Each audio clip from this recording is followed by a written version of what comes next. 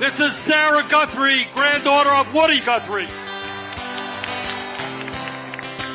As I was walking that ribbon of highway, I saw above me that endless skyway. I saw below me that golden valley. This land was made for you and me. Let's sing it together. This land is your land. This land is my land. From California to the New York Island, from the Redwood Forest to the Gulf Stream waters. This land was made for you and me. Oh, I've roamed and rambled, and I follow my footsteps through the sparkling sands of her diamond deserts, and all around me a voice was sounding. This land was made for you and me. All at once, this land is your land. Could ever stop us as we go walking our freedom highway? Nobody living could make us turn back. 'Cause why? This land was made for you and me. Loud and clear. This land is your land. This land is my land. From California to the New York Island, from Redwood Forest to the Gulf Stream waters. This land was made for you and me. This land is your land. This land is my land. From California to the New York Island, from the Redwood Forest to the Gulf Stream waters. This land was made for you and me.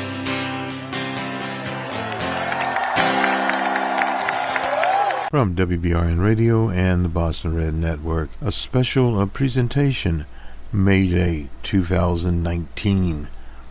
We move around the globe and look at several May Day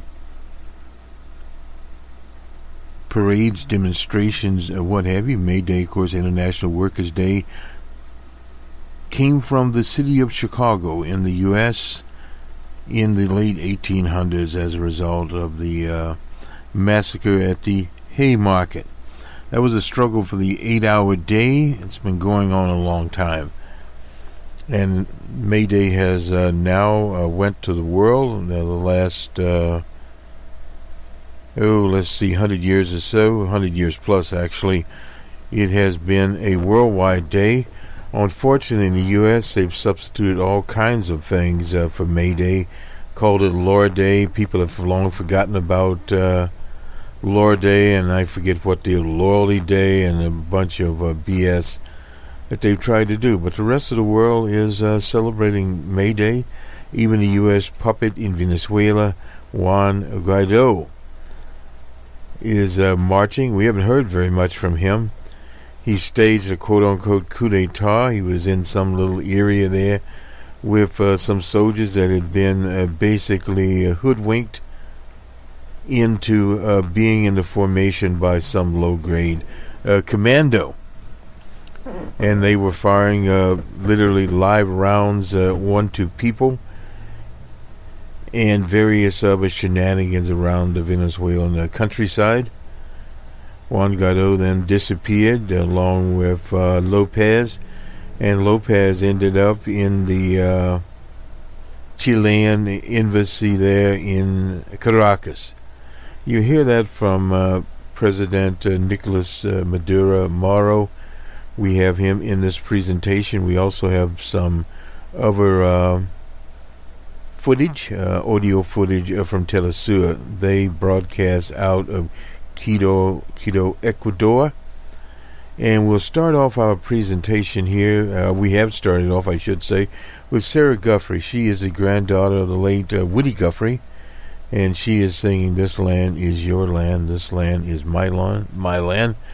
And we ended with the late Oklahoma socialist activist Mike Wright, and his song about the little Cuban boy back during the Clinton administration that was brought to the U.S.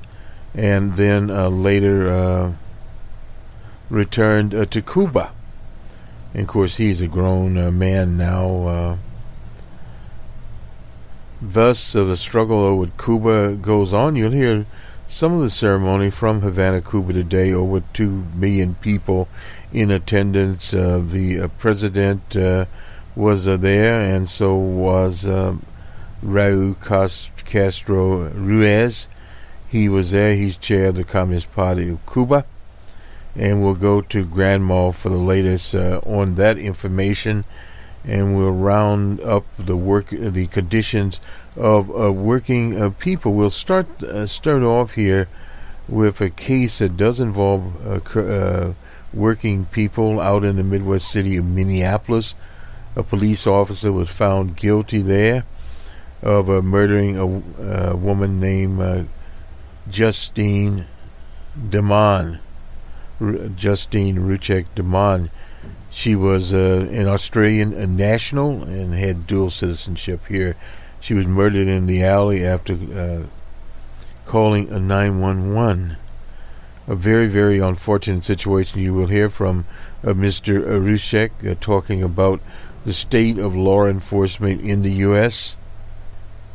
Very, very important, because prior to that, in that particular city or area, the only people murdered by police had been African American males, starting with a gentleman named Tysel Nelson, was murdered by somebody named Daniel May. This Daniel May is now lieutenant, and he was at the scene, literally, of the Justine Ruchek murder. So it sort of tells you a little bit about the blue wall of silence and how it is destructive to workers in all classes within the U.S. It's an oppressive situation. This woman was middle class, but the others were working class, including Philando Castile, an African American killed. Mrs. Castile has been in this movement, Justice for Justine, and Mr. Thompson there also. And we're aware that Noor, the copper involved in the murderer, was an African American. Thus, the spotlight was more on him. So what had happened there was the police department had to walk the tightrope, play jitsu, in the sense that now it involved a European, not an African American, but they used some of the same old tricks. Lying, destroying evidence. And this is a national cookie cutter pattern in the U.S. here. We unfortunately, I believe on yesterday, had some more murders in Charlotte, the University of North Carolina in Charlotte, North Carolina. So in other words, these murders continue on. The murders in the synagogue out in Palmar, I believe it was. It's outside of San Diego. So we continue to have things of this nature. Let me just get my script up here that we have prepared.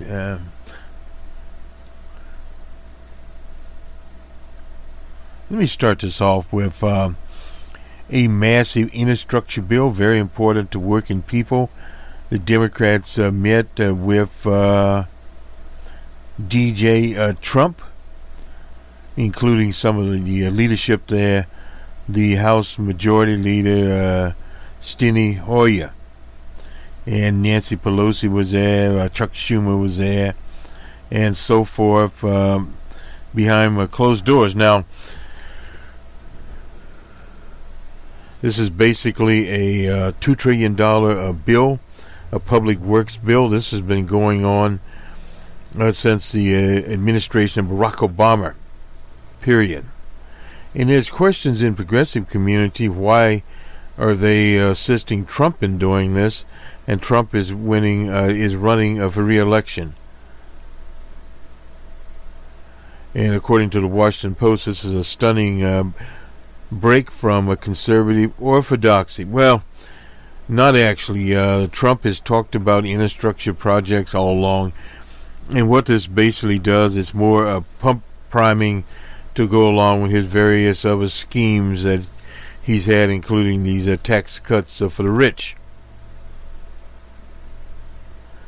Now, they also talked about immigration, the DACA program, that's Deferred Action for Childhood Arrival program there, and protecting about 1 million young people. So many things will be brought up there. Old Chuck Schumer, he is the minority leader in the Senate, said Democrats would support $25 billion to fund the new wall security. That is a shorthand for they will give Trump $25 more billion.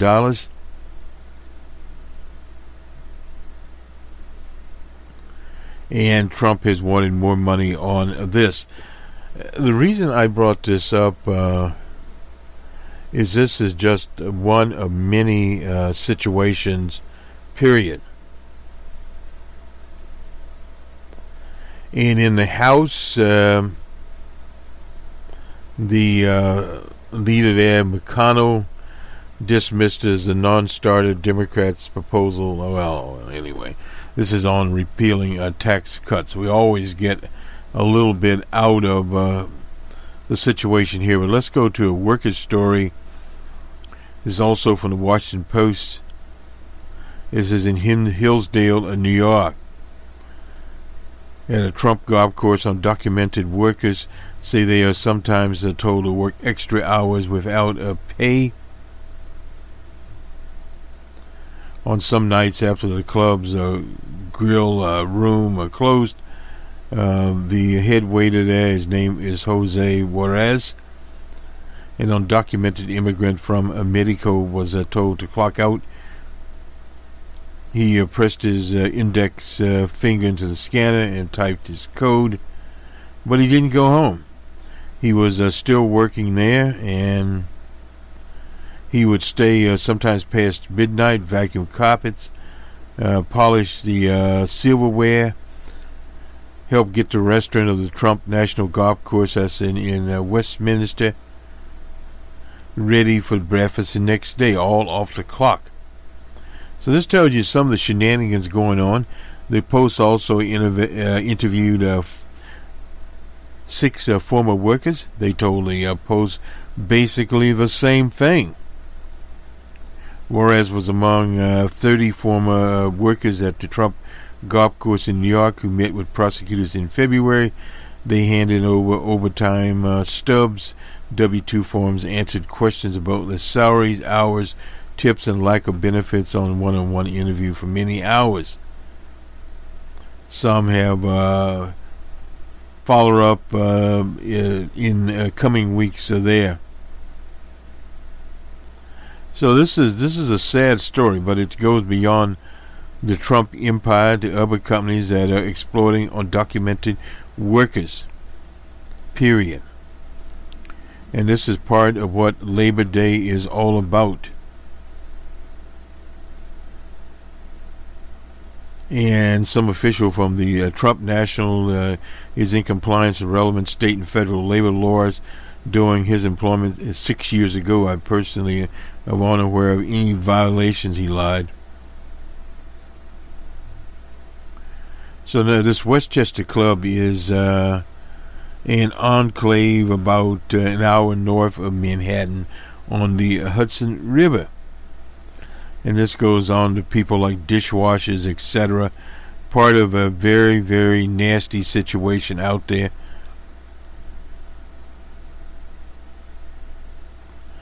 Now, some of the benefits offered that, these were so-called salary workers, health care insurance, 2 weeks vacation. That is nothing. That's after 1 year, 401k contributions, sick days. All workers were paid more than the minimum, were offered benefits if they worked enough hours to qualify. And this former manager, enough hours to qualify. A big deal there. So we'll do a little bit of skipping around here as we get some more news. We're let's see, at about 5:30 here. There was a big May Day march planned for Los Angeles. A coalition planned that out of Los Angeles. The theme of the march is LA's People Power, LA Prado de Pueblo. Calling out the Trump administration here, the May Day Coalition, and we'll take a look at this before we have more than 30 organizations. The workers' victories and uphold their rights to unionization. Everyone must be counted in the census. Big, very big question coming up here because the Trump administration wants to do what Republicans have done across the country, is suppress the number of people counted. The Constitution is very clear on this, that all persons are to be counted. Citizens are not. Doesn't matter. Earning a living as a human right, that is a human right. Bernie Sanders has talked about that in all forms of immigrant persecution and voting rights for all in all municipal elections. So it starts at 3 p.m.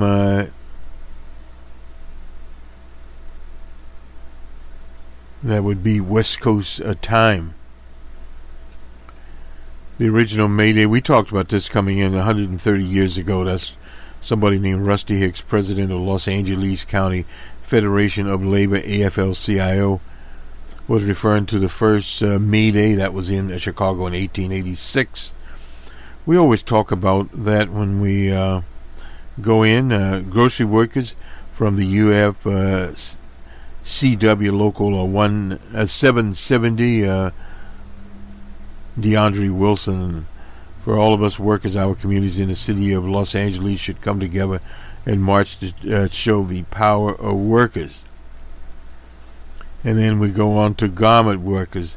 Garment workers played a very important role early there. The fight for 15. Bernie Sanders has made that a priority. We'll talk about Bernie in a minute here. And various others. This is from the People's World, a socialist newspaper here, and it was a special to the People's World. Let's go back here. Workers' safety. This is another one from the People's World. Very important here. The AFL-CIO is warning could be more than Zachary Haas. The most recent year for which federal days are available. Zachary Haas died on the job in Warren County, Ohio. The Labor Federation President Trunka and longtime safety director Peg Samero issued that warning on the 25th. Death on the job, they called it. That was the Federation's 29th annual report of health and safety in the U.S. in advance of Workers' Memorial Day on the 28th. On the Trump administration, we've seen an aggressive action to roll back health and safety standards. That is, Samero said.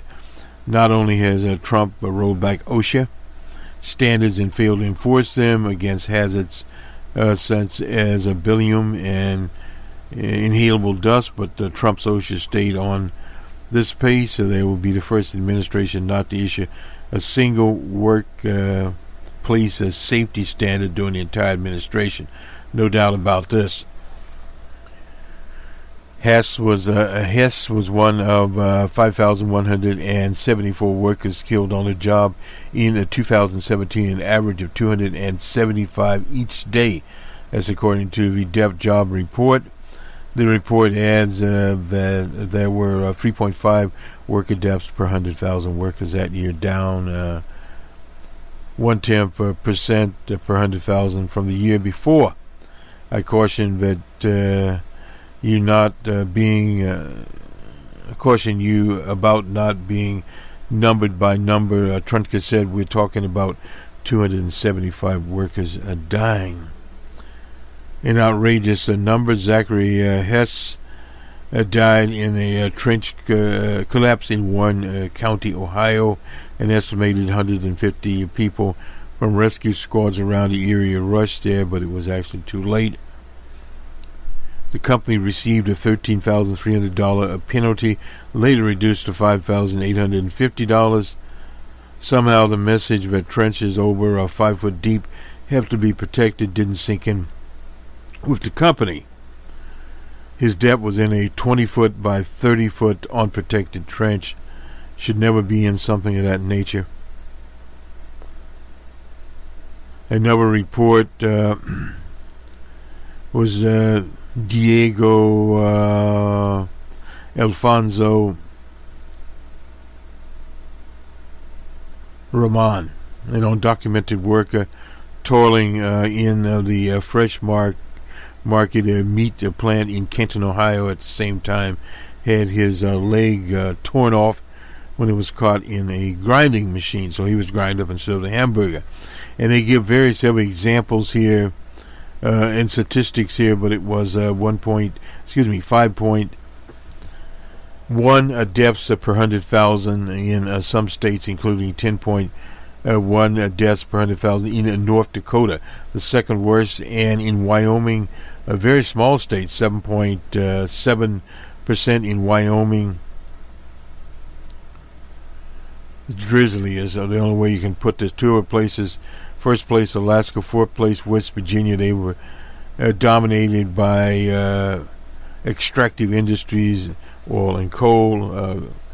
Coal mine deaths almost doubled from 8 in 2016 to 15 in 2007. And that rate is 2.9 per 100,000 workers. OSHA has only 752 inspectors for 9 million workplaces. That shows you how dismal it is. Which means it would take 165 years for OSHA to inspect all of them. It would take 277 years in Florida alone, 272 in Arkansas, 265 in Louisiana. So this is just dismal. I'll see if I can append this on the report, this particular situation here. Julian Assange, we don't want to forget him. He is in jail now. He's been sentenced for jumping a bail to 50 weeks there. Normally the sentence would be about half of that. They took it out of NARM, show him with a clenched fist there. And now, obviously, they want to expedite him to the U.S. Period.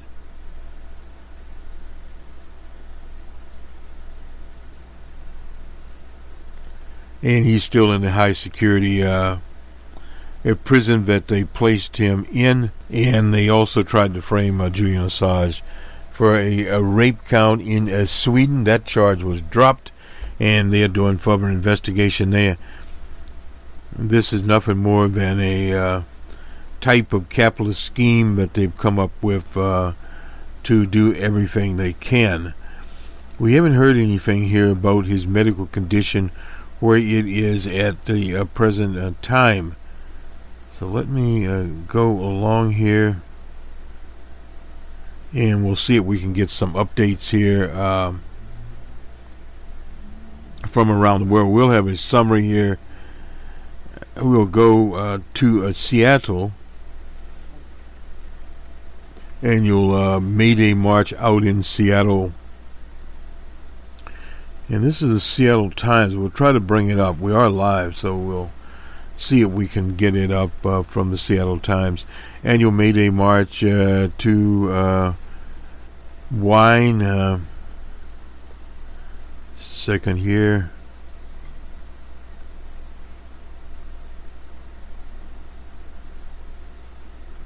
We may not be able to get it up. Anyway, one of many marches across the U.S. here, and we'll hear some from across the world. Now, this is from the Associated Press. So this is in Berlin. Anyway, people marching in Berlin, the tradition of May Day, obviously there. Protests more in Puerto Rico's plight. Thousands of Puerto Ricans march to traditional music on the island. Protests over high-speed trains in Italy. And in Red Square in the Russian Federation, 100,000 people took part in a May Day rally in central Moscow, and organized by trade unions on a Red Square. St. Petersburg, more marches are there, protesting in St. Petersburg. And you hear a little bit as we round up here in our roundup in France. They deployed 7,400 police officers, gendarmes, etc. Demonstrators were there. 30 arrests were made. The Gilets jaunes was out. Those are the yellow vest protesters. In Turkey, massive May Day parades also are there in Turkey. Sri Lanka, they called out the May Day deal there. In Korea, in Seoul, workers there demanded better working conditions. And transportation was halted in Greece. In Athens, there went free separate marches to the Parliament building there. Spanish workers are pressed for a new government. As you know, in in Spain, the Pablo Sanchez has started negotiating with parties to form a new government. He's running from the Socialist Party. In Bangladesh, garment workers were on the move. In South Africa, various parties, their economic freedom fighter members wearing signature red shirts. In the Philippines, workers demanded a minimum wage raise there. Thousands of workers, activists marched in the Philippines, in Manila. Foreign workers protested in Hong Kong. Low-wage workers protested in Jakarta, that is in Indonesia. So that is kind of a roundup of some of the things that went along. In the Capitol Hill section of Seattle, I guess we'll get this story. A 20-year annual parade there for immigrants and workers to Capitol Hill. There in the Capitol Hill section of Seattle. A bookstore, Mar Vista Bookstore, it's unique community, a bookstore that had been in the business for many years there, and the manager there, Sam Johnson, looking at various titles there, and he said bestsellers holding up Isaac Asimov's. We had very collectible there, but he remarked that people don't read as much as they once did. People have Kindles if they read at all. You know, I had a young man come in who had never read a book. He had been through a college, used Clip Notes. I didn't know they were still in business. They were around when I was at university. Anyway, he wanted me to recommend something, so I recommended The Sun Also Rises. He discovered he loved reading, and John Steinbeck's Men and Mice. You don't get those novels much anymore out there. There's Cool on Venice Boulevard. Breesty stares out the window. He won't be evidently staring out very long because the bookstore itself is moving. He said the rent went from $1,050 to to 10,000. Moved to a place around on Glendon and Venice. In 2 years, the rent went from 3,500 to 6,000. Came here in 2008. The rent was $3,500 a month. That's very expensive for a bookstore. And this is Hernandez. Let's see. Gentrification, very important that we bring this story up. Gentrification, one of the big problems. A few doors down, Alberto, I see. Hernandez makes hats for celebrities, is bending over a vintage sewing machine. So he's the guy that had problems with the rents constantly going up. Gentrification is one way of attacking the working class, working people, and middle strata. And we need to talk about gentrification because that is one of the things that's in many cities. In South Bend, Indiana, where the mayor there, Buttigieg, hails from. The same situation, gentrification there. Not only gentrification, there was something very similar to what we call in the old days urban renewal. Attacked the African American community. This is a so-called private government partnership, something the so-called neoliberals specialize in. Trump was thinking of that for his infrastructure scheme, a scheme by where private industry would make all of the money. That was scrapped. Evidently there's more money in contracting it out from the government. Period. Anyway, Mr. Beastie is he's 79 years old, and he's been around a very, very long time. But the bookstore will be in Mar Vista will be disappearing. Period. A picture of him.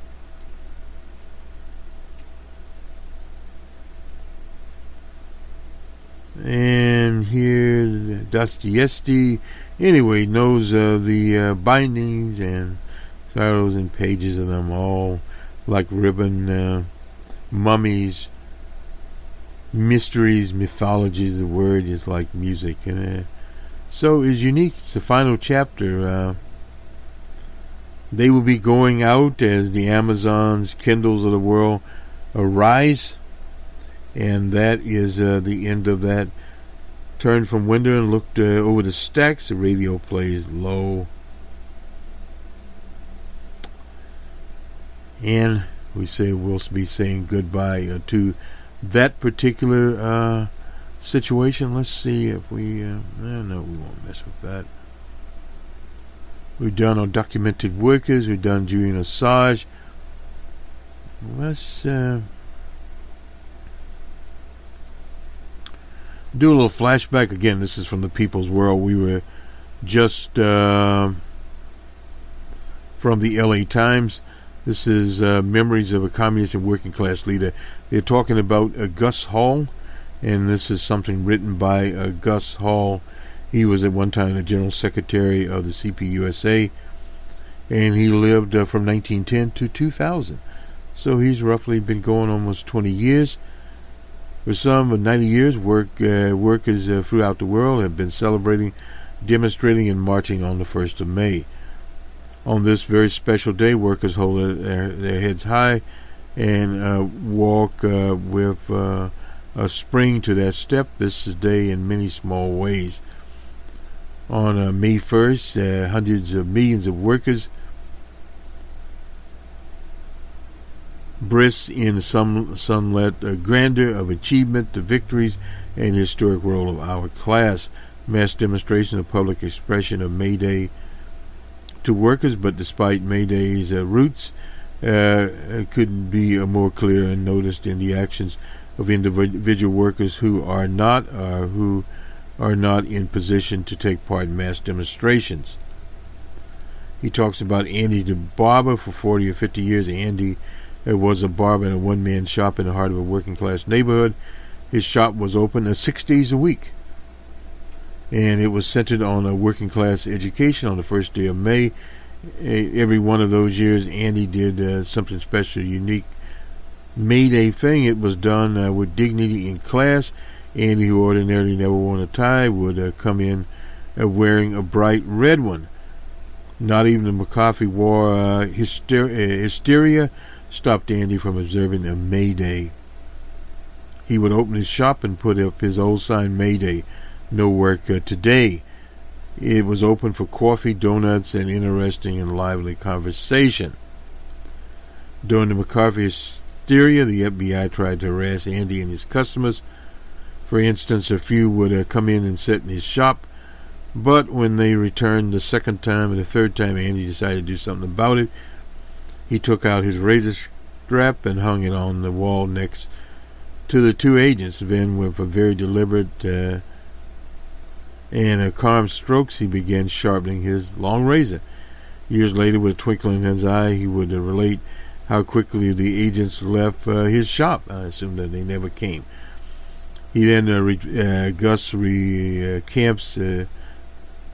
recounts his father named Matt. He was an iron ore worker, a lumberjack, never worked on May Day. He lost jobs because of this, but Matt, it was a matter of working class principle. Instead of going to work, Matt would get clean shaved, put on his one good shirt without any fuss or planning, and become, in a sense, May Day was a special family day. Susan, his wife, and my mother was fully conscious of the political meaning of the day. But more than anything else, it was a day when our family conversations drifted to political matters. It was a day when, more than others, that Matt would talk about experiences in strikes and other actions. May Day was also a day when socialism and the first working class state, the Soviet Union, was a centerpiece of a family conversation. There were these warm memories of past May Days were reflected in my father's May Day roots.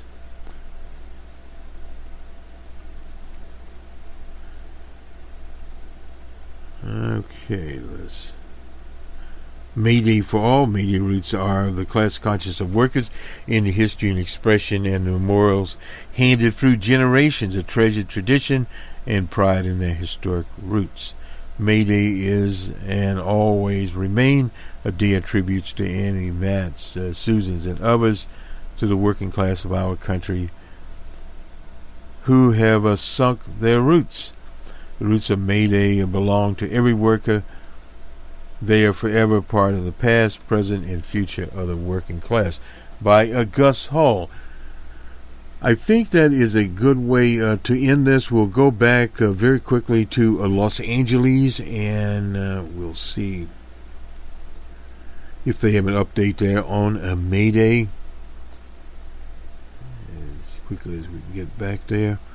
And then we'll go out, we'll have some recapped from Telesur. They were broadcasting May Day demonstrations from Havana in Cuba, and basically all over. It'll be heavily edited, but we'll get the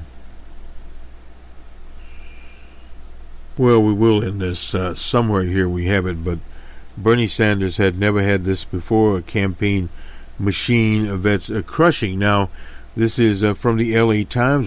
The last time California voted in the presidential primary, Bernie Sanders' campaign was so overwhelmed and the seat of the pants that staff nearly fumbled a golden marketing opportunity. Grassroots Bernie, baby Bernie parties were raging in San Francisco and using a likeness of the vendor, the Vermont Senate superimposed on a Saturday night fever poster a la John Pervoda. We had to make and crack our own campaign literature. That is from Ben Becker. He's 34, who organized disco parties in the Mission District of San Francisco. It's much different. Sanders' campaigns evolved from an unruly movement 4 years ago into a highly disciplined, highly structured, proactive machine that is the envy of the Washington establishment. We are much better able to harness all organic energy of this time. That is from Ro Khanna, the Silicon Valley Congress type, as a co-chair of the campaign. In an operation, he said, that functioned very much like one political strategy. The former Uber executive David Plouffe, David Plouffe, is his name right? He was the manager of Barack Obama's 2008 campaign. February day, Sanders launched his campaign. The campaign was prepared when some 4,000 volunteers immediately emerged. Aides put them to work. They sent out 1.3 million texts on that day. The last time around, his campaign was so poorly managed that a frat house culture of sexual harassment went unnoticed and uncorrected, only to burst into view at the 2020 launch. Now, this is an important thing. We'd heard those rumors around, but again, when you have disorganization, there's some problems that happen. More than 800 took part in California alone, and these are house parties, another signal that the Democratic Socialist is poised to compete not just in proven backgrounds of New England and Iowa, but along the Golden State. The new Bernie Inc. is like a relaunch after years are spent in a lab, honing strategy, recalibrating, steadfast, developing a workforce. And they're also incidentally unified. Our Revolution, which coined Chan's activists, nurtured the movement after 2016, and they did. The key here is continual organization. Bernie 2.0 would go the same as a lackluster campaign sequel, and various. They give examples here. Rick Sartorius, he's from Pennsylvania. Mike Huckabee, Dennis Kucinich, our own Dennis Kucinich, used to live in Cleveland. Anyway, he was a former mayor of Cleveland, a representative, ran for governor, and he should have got the nomination, but he didn't. And unfortunately, the person that got the nomination couldn't cut the mustard. He invented the grassroots campaign to scale. That is Matthew Donovan, a 32-year-old digital strategist for business, amongst a dozen enthusiasts who showed up at a house party in a Los Angeles Filipino town. Anyway, we'll finish this up here. Some Sanders loyalists felt dismayed, for example, when he called on circuits to tone down the rhetoric and resist bullying and online harassing of opponents. The feeling when he threw them red meat with some recent attacks from the Center for American Progress, that is associated with Hillary Monster Clinton, and also the guy who got his emails hacked. There were more cheers than hiss when Sanders recently hired his chief researcher, a former high-level operative for the Monster, who helped head efforts in the last campaign to dig up dirt. Sanders supporters saw the move as crafty and subversive, a page stolen from the playbook of the ruthless establishment. Well, that's always a problem when you play by a set of rules, and when you're dealing with hyenas, you have to many times join the hyenas and out hyena the hyenas. This was it was great that the campaign initially caught fire without being professionalized. That's according to Hampton. I'm not sure who Hampton was here. But it's even better that Sanders now has the resources and inner structure to actually win. We always need the inner structure. To get that, you need the money. You need boots on the ground. Elizabeth Warren is getting the boots on the ground there that one need. So the House Party is a very old standard tactic. It's nothing new there. But as they move along in this campaign, Larry Cohen, incidentally, I was thinking of Ben Cohen. Anyway, he's the former head of the Communication Workers of America. So there's a lot of it's going here. A lot of this is, and sometimes left-wing people don't quite understand this, but when you decide to play in a traditional situation as Bernie is in right now, that you have to have a playbook to deal with so-called tradition and extraordinary politics. What you have now with DJ Trump is an extraordinary planned political strategy. All the tweets, they're all planned. All these issues that you see him bring up, some irrelevant or to get publicity for the DJ Trump re-election, a campaign. And that is something that you have to understand. You can't be like the Puritans of the Mayflower. You have to be out there and visually understand what is going on there and how to combat it. Now, traditionally, small parties, tendencies, socialist tendencies behave one way. They look for the true believers or look for someone that's looking for a group. That's not the way it's done in traditional politics. And this is when you go from actually being the loyal and not too loyal opposition to actually being something that matters. Some people would argue, well, why is Bernie Sanders within the Democratic Party? He's within the Democratic Party because they have the mechanism to put upon the American people the Bernie Sanders movement socialist ideas. Now some people say, well, they're not left enough. Well, but they are socialist ideas, and DJ Trump has made socialism his campaign, the basic core of his campaign. So he's using Venezuela, Cuba, Nicaragua as the core of his campaign, but he's forced to deviate. Now he's talking about infrastructure bills. How that goes out, we don't know. The Mueller report there, well, that is old hash right there. And this was somewhere where some progressives got off. And then there's the interest of Joe Biden. Joe Biden is nothing more than a centrist. He's been around forever. He goes from Union Hall to meet with the vice president of whatever it was of Comcast in Philadelphia. People are not looking for that.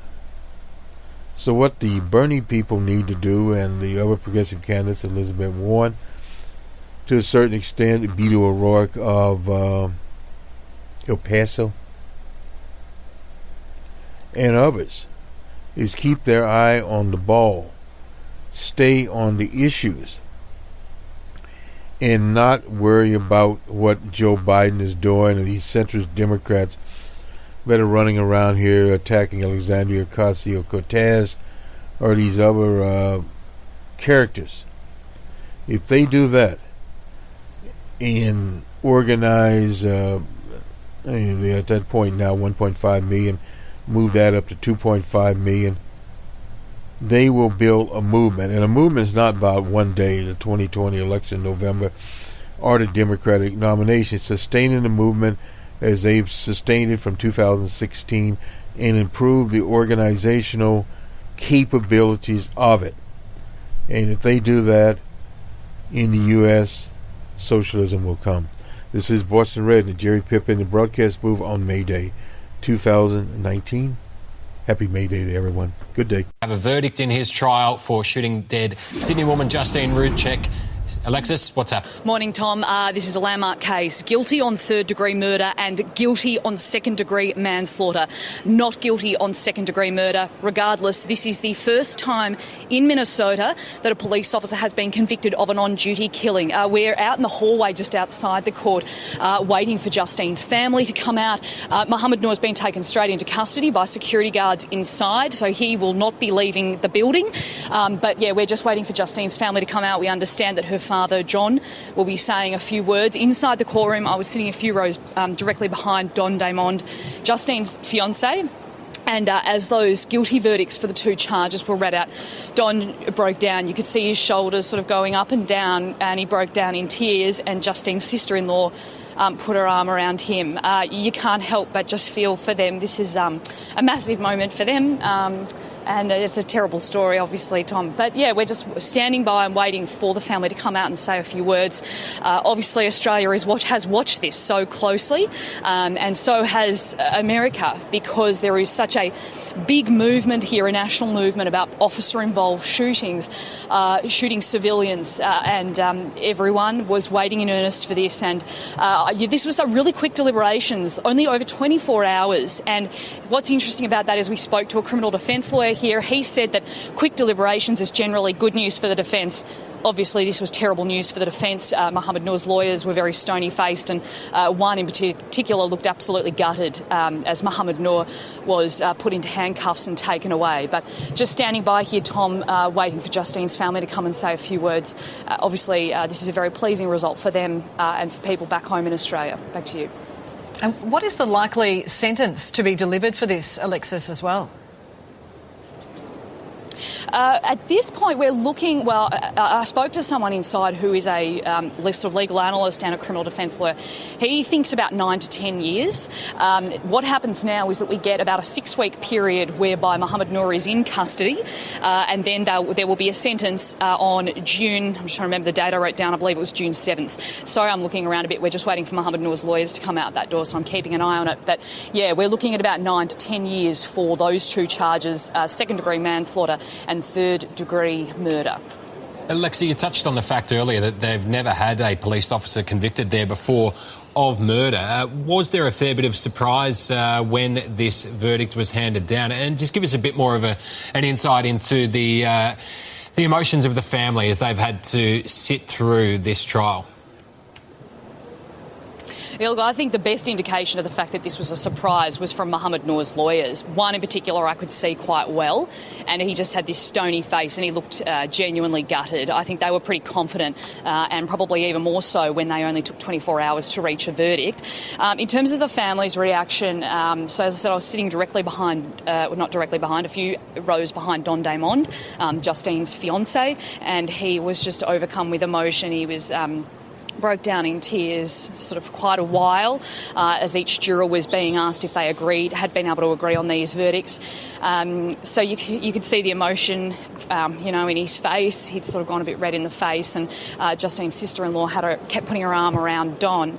I couldn't see Justine's father all that well. He seemed to be a bit more contained and a bit more controlled. But this is a massive day for them. They have sat through weeks now of this horrific evidence, heartbreaking evidence, really confronting body cam footage from the police officers. Just yesterday they replayed this body cam footage and the audio. You could hear Justine moaning in her last moments alive, and Justine's family was sort of blocking their ears. So this has just been horrible for them. But at least today they have been able to see some form of justice for Justine. Right, it has obviously been a very fraught time for the family members. Alexis Station will let you gather some more news there, but recapping that breaking news out of Minneapolis, Mohammed Noor, the police officer, has been found guilty of third-degree murder, second-degree manslaughter for the shooting death of Australian woman Justine Ruszczyk. It's been a painful journey from July 15th, 2017 to today. Justine was killed by a police officer, an agent of the state. We believe he was properly charged with a crime. The jury has returned a verdict of guilty on murder 3 and manslaughter 2. We are satisfied with the outcome. The jury's decision reflects the community's commitment to 3 important pillars of a civil society: the rule of law, the respect for the sanctity of life, and the obligation of the police force to serve and protect. La tarea de la defensa y el orden interior. Adelante, cubanos. ¡Viva la revolución! ¡Viva Cuba libre! Es la hora de gritar revolución. Es la hora de cumplir con nuestros mártires. Señores del norte, nuestra historia no la olvidaremos jamás. Aquí estamos, vigilantes siempre. ¡Viva Cuba Libre! La olvidaremos jamás.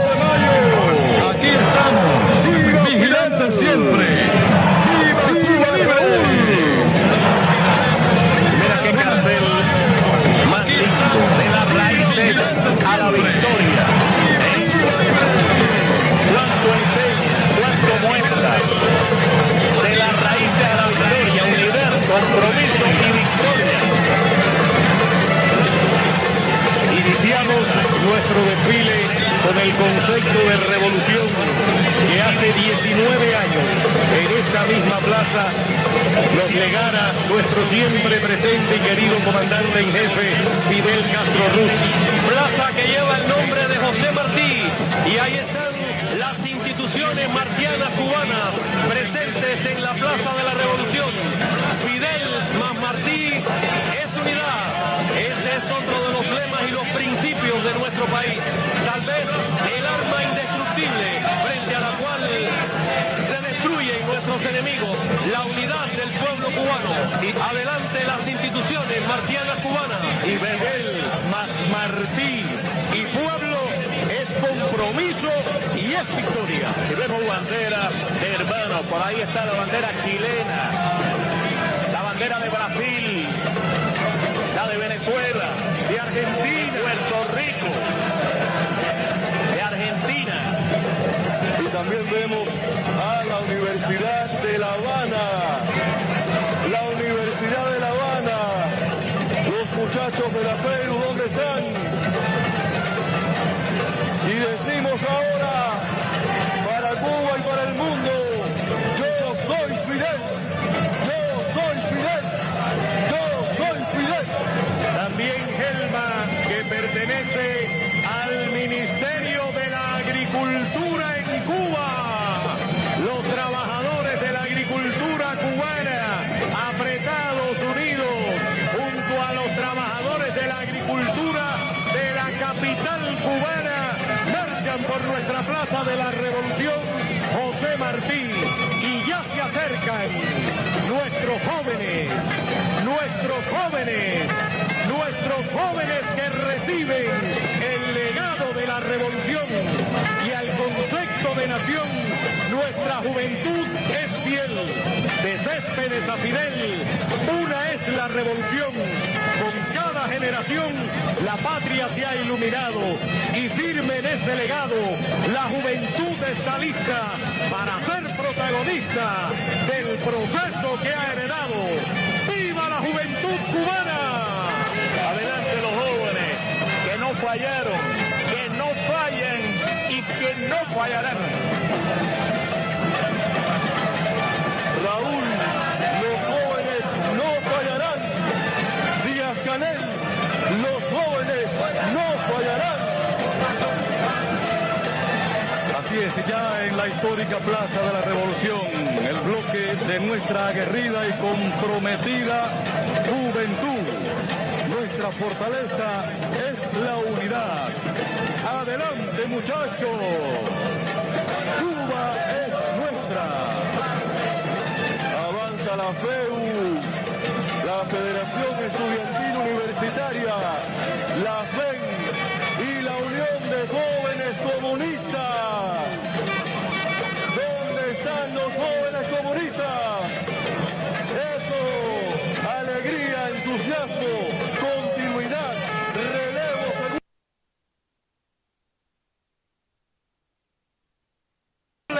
Con nuestro partido, con la dirección histórica y con los líderes que hoy nos comandan, con Raúl, con Díaz-Canel, con Martí y Fidel en el pecho y en el corazón. Esta es la Cuba libre de siempre. ¡Viva Cuba libre!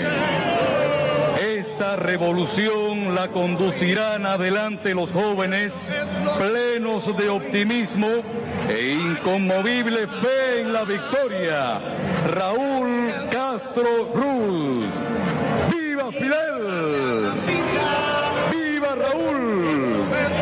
que son, Rodovaldo, como dice la canción de fondo, son gallos de pelea. Nuestros jóvenes. Adelante, muchachos y muchachas, esa bandera bien alto y a llevarla en el corazón, y ese uniforme verde olivo que representa tanto en nuestra historia, esa historia que no se puede olvidar. Rodo, la historia lo ha demostrado, que sí se pudo, sí se puede, siempre se podrá. Lo ha señalado nuestro querido general de ejército, Raúl Castro Ruz. Exactamente, y es que la Federación Estudiantil Universitaria, nuestros jóvenes, están presentes cada día, cada hora, en cada trabajo que realizamos a todo lo largo y ancho del territorio nacional. Es que son la continuidad de esta hermosa obra que todos juntos defendemos, y que este 1 de mayo estamos demostrando que tenemos unidad, que estamos comprometidos con la historia y que estamos seguros no, somos victoria, ¡Somos Cuba! ¡Viva Cuba Libre! ¡Viva Cuba Libre! ¡Viva el 1 de mayo! Y siguen las banderas, se acerca ese precioso bloque de bandera, y hermanos, amigos míos, esa es la bandera mía, la que imaginó Narciso, y Miguel Teurbe le hizo su diseño a su fantasía, a la que a Cárdenas fue un día por primera vez izada, la que en Guáimaro fue alzada, la que Gómez respetó y la que Virne encontró tristemente acompañada, pero que hoy en esta plaza libremente y orgullosa ondea por esta patria de todos. Aquí está la continuidad, una continuidad presente en esta mañana de reafirmación, de consolidación patriótica y revolucionaria. Nuestros jóvenes, las escuelas militares, la continuidad de nuestras Fuerzas Armadas Revolucionarias. Adelante, muchachos, los jóvenes de las Fuerzas Armadas Revolucionarias. Los camelitos. Vamos, esos camelitos así, con esas banderas. ¿Cómo no? Ese entusiasmo. Somos Cuba, y esas banderas que vienen avanzando, más de 700 banderas unidas, vamos a ondearlas. O banderas cubanas, banderas del 26 de julio, banderas blancas, azules, y como bien decías, ahí está la continuidad, de la obra de la revolución en nuestros estudiantes de las escuelas militares, de las Fuerzas Armadas Revolucionarias, de nuestro Ministerio de Interior. Razón y corazón, muchachos, razón y corazón nos llevan juntos con unidad, con compromiso, con victoria en este 1 de mayo. ¡Viva la clase obrera unida! ¡Viva la juventud cubana! ¡Viva Cuba Libre!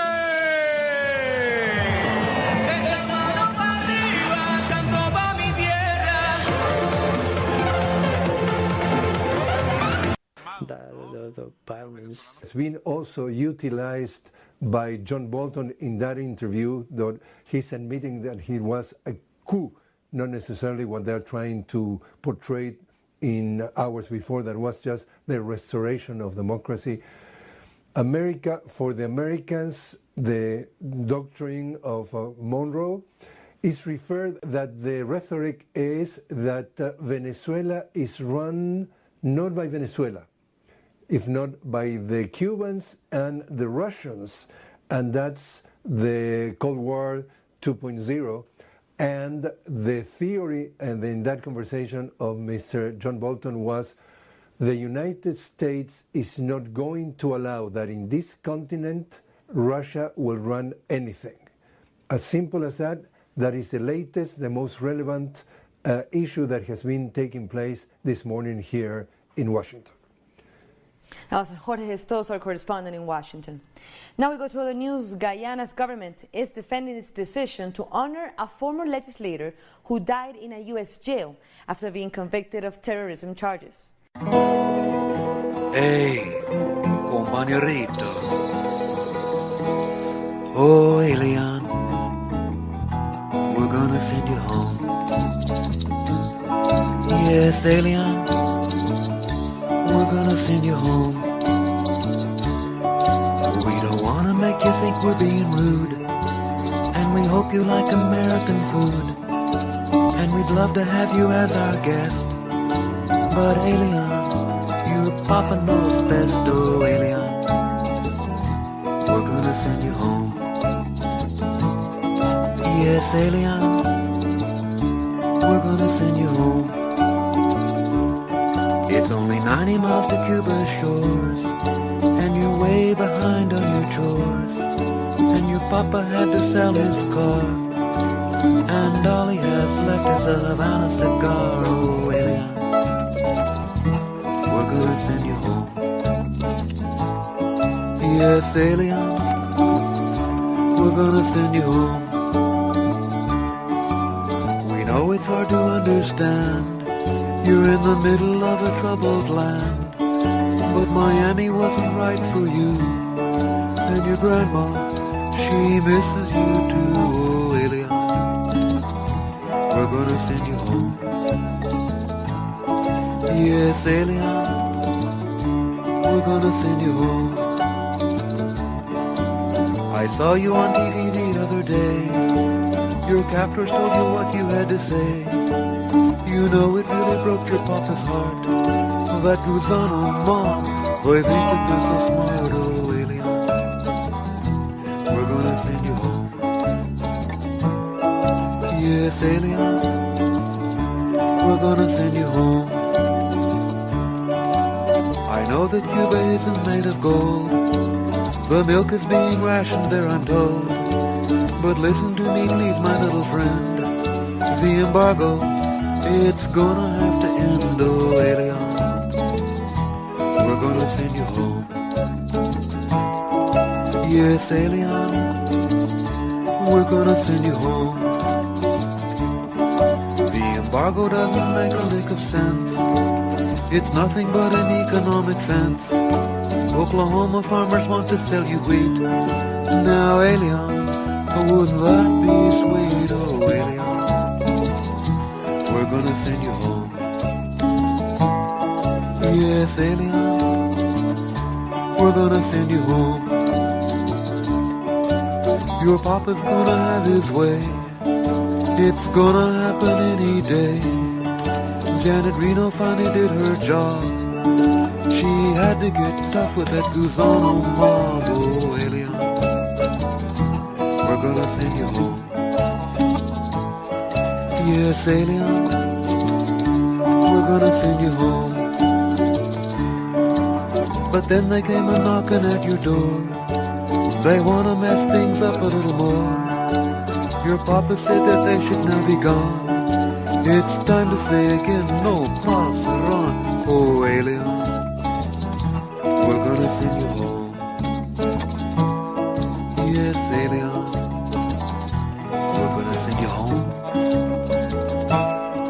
Okay, kid, time to get packing.